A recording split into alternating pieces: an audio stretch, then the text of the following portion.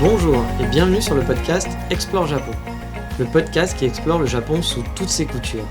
Des conseils voyages, de la culture ou bien de la vie de tous les jours en passant par l'apprentissage du japonais, partons ensemble 2 fois par semaine pour ce magnifique pays qu'est le Japon.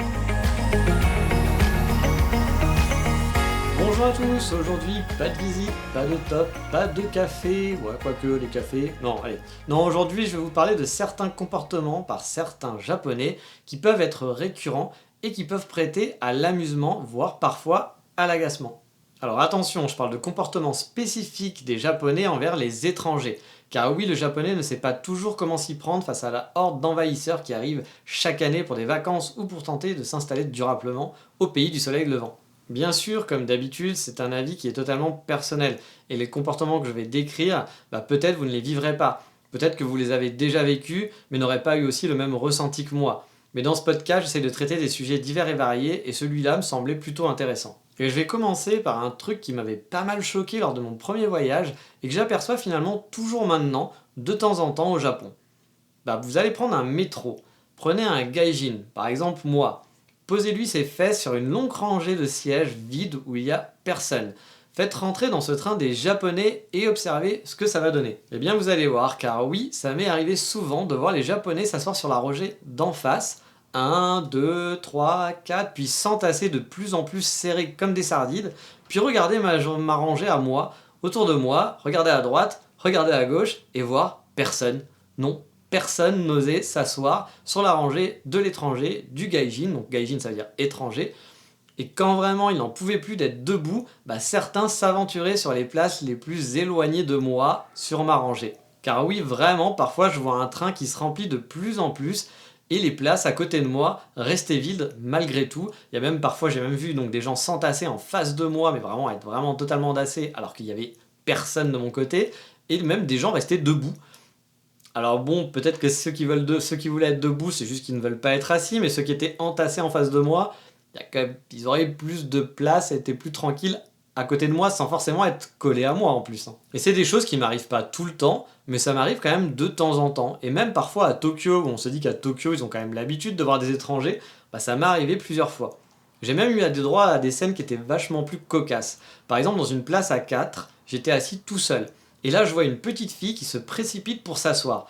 Mais sa mère s'est jetée sur son bras, elle l'a tirée en arrière avec une telle violence, non pas qu'il y avait de la lave en fusion sur le chemin, non, juste pour éviter qu'elle s'assoie dans le même compartiment que moi. Alors vous vous dites, ce type il est un peu parano, il est totalement fou, mais au final, pour vous prouver que j'avais raison, au bout de 3 stations, une jeune fille là s'installe à côté de moi, sans crainte, sans peur, tout va bien, et la femme regarde attentivement pendant 2 stations, et en voyant que je mangeais pas ma voisine au final, que je ne la violais pas, ou au pire que je lui adressais la parole en anglais, ça c'est le pire du pire je pense, elle décida finalement de s'asseoir avec sa fille à côté de moi car elle en avait marre de faire le trajet debout.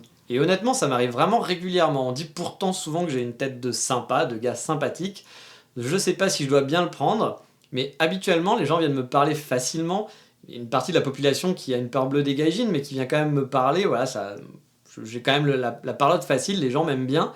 Mais alors dans le train, là, je sais pas, je fous les chocottes de malade. Alors au début, je vais vous dire, je pensais que je me suis dit, c'est à cause de ma gueule, je vais avoir une sale gueule, je leur fais peur, je sais pas.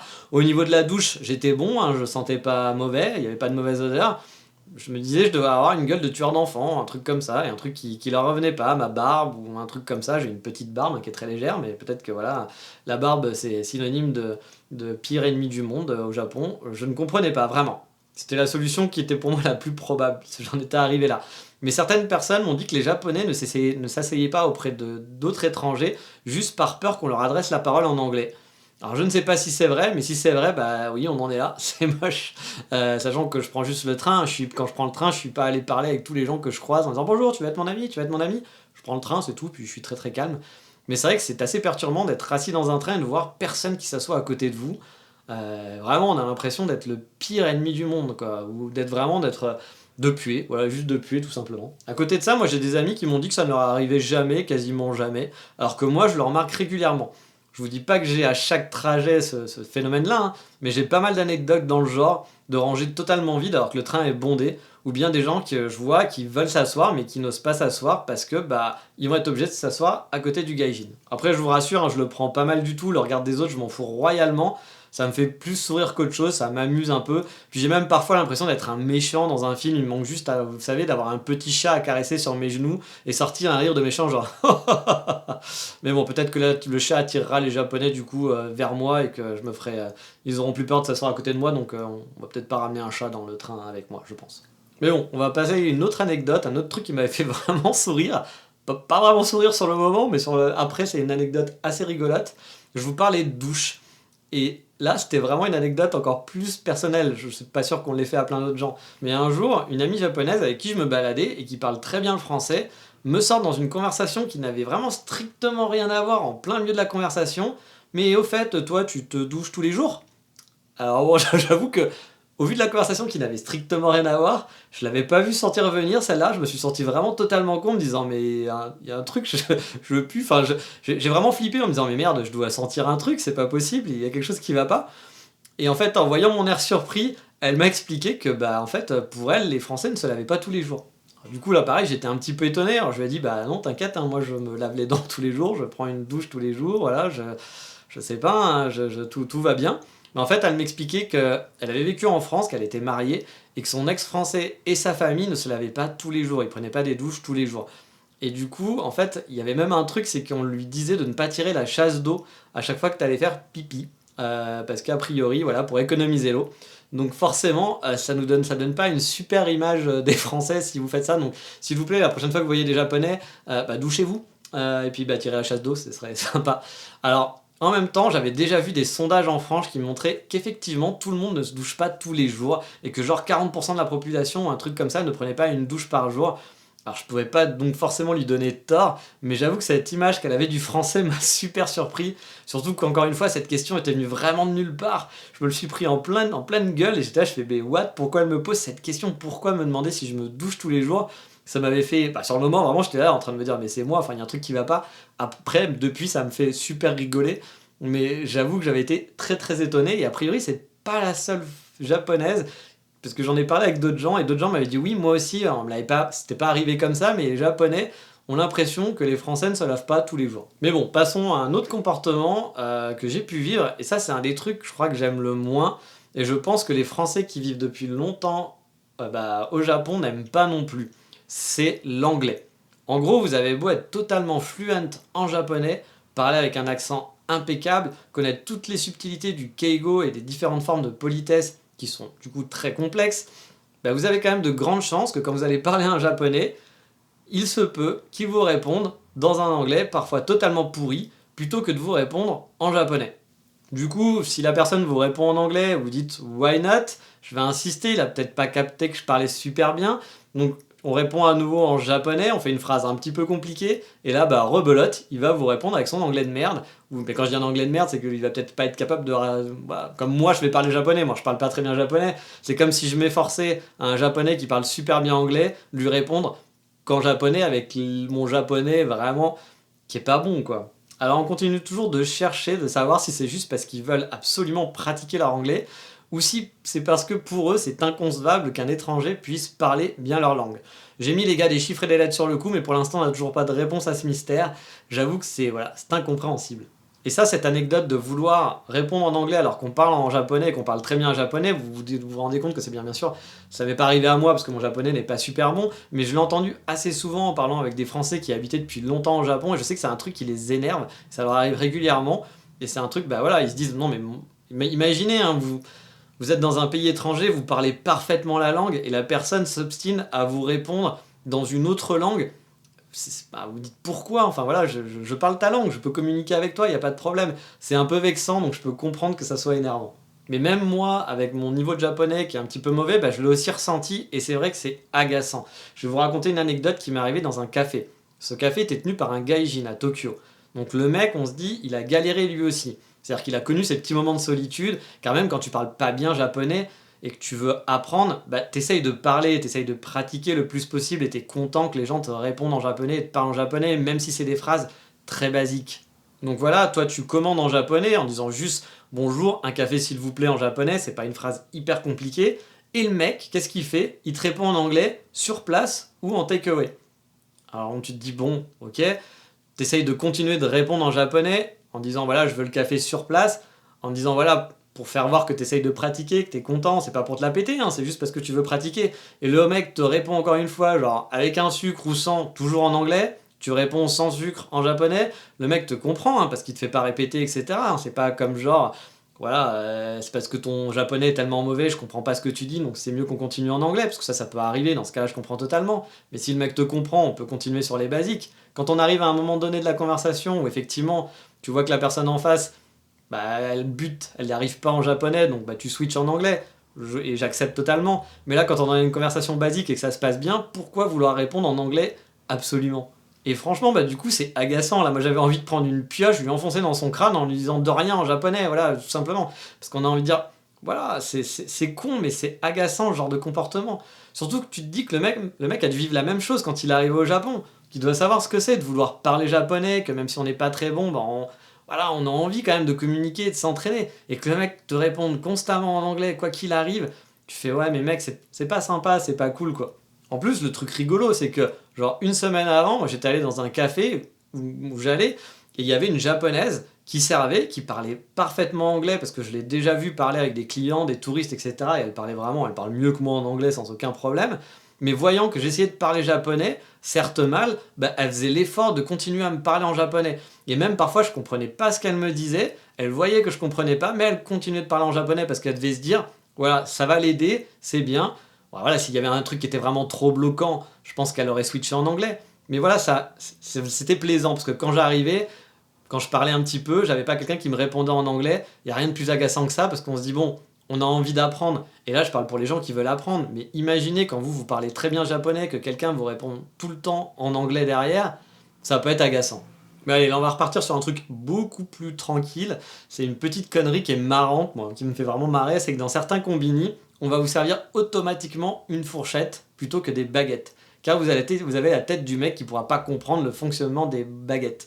Il y a vraiment rien de grave là-dessus, mais c'est juste que on voit encore qu'on est dans un pays différent et voilà, que vous avez la tête et qu'on va vous dire mais non mais lui il est pas capable de faire comme nous, il va être perdu. Ça vient d'une bonne intention en plus à la base, hein, donc c'est pour ça que je vous dis qu'il n'y a rien de méchant là-bas derrière. Mais c'est des comportements comme ça qui peuvent vous prêter à sourire.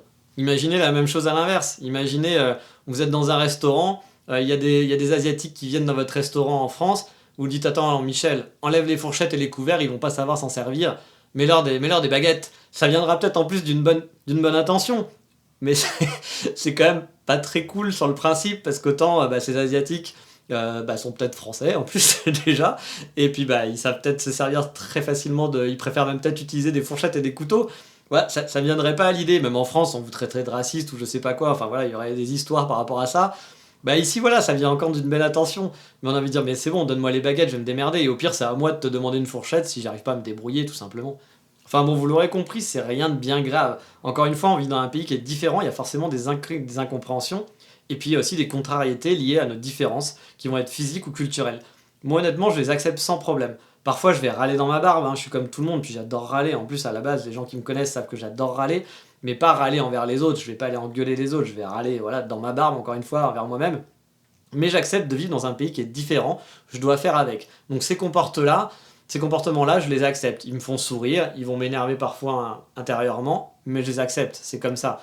J'ai vu quelques autres Français qui vivent ici et qui bah, en ont marre peut-être de ça, est-ce que je peux comprendre à la longue, hein. Je sais que le comportement qui est le plus problématique, c'est ça, c'est le fait de ne pas être accepté.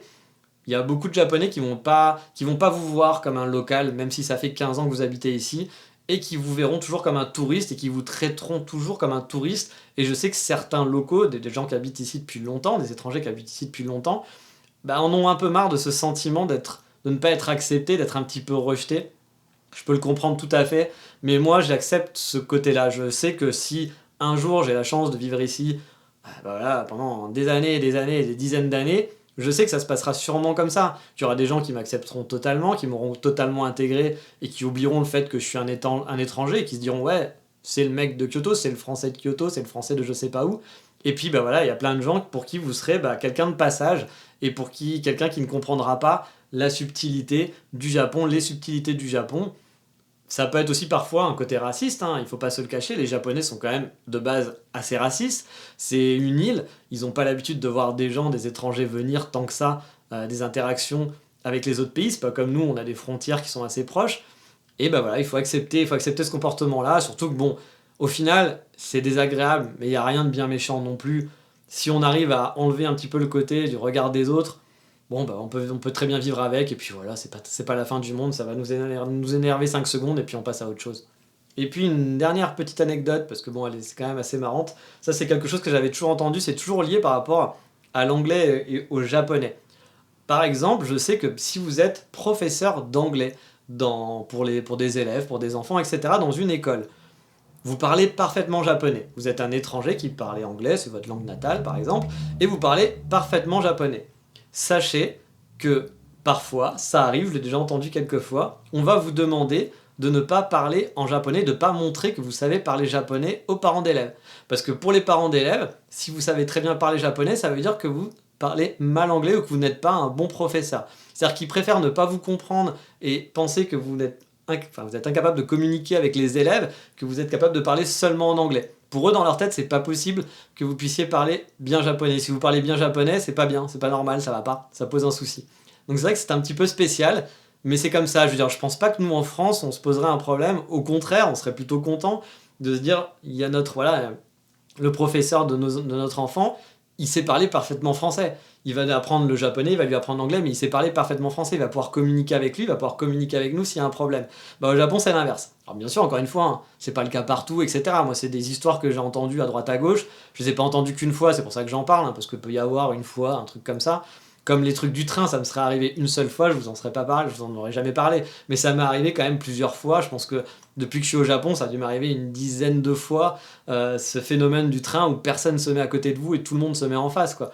C'est assez rigolo à vivre, mais encore une fois, c'est pas la fin du monde, on s'y fait. Et puis vraiment, si ça vous pose un problème, je peux comprendre hein, que ça peut poser un problème à la longue. Bah dans ce cas-là, c'est peut-être que c'est pas fait pour vous le fait d'habiter au Japon.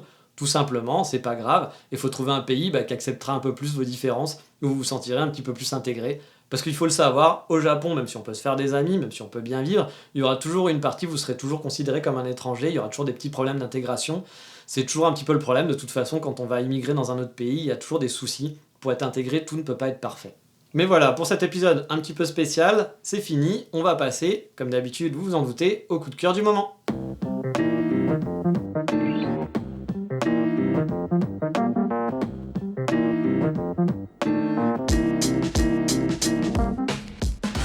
Et j'ai voulu rester dans cette thématique. Vous me connaissez déjà peut-être, mais c'est une vidéo, ou un mème comme on appelle ça, une vidéo humoristique sur des étrangers et des japonais.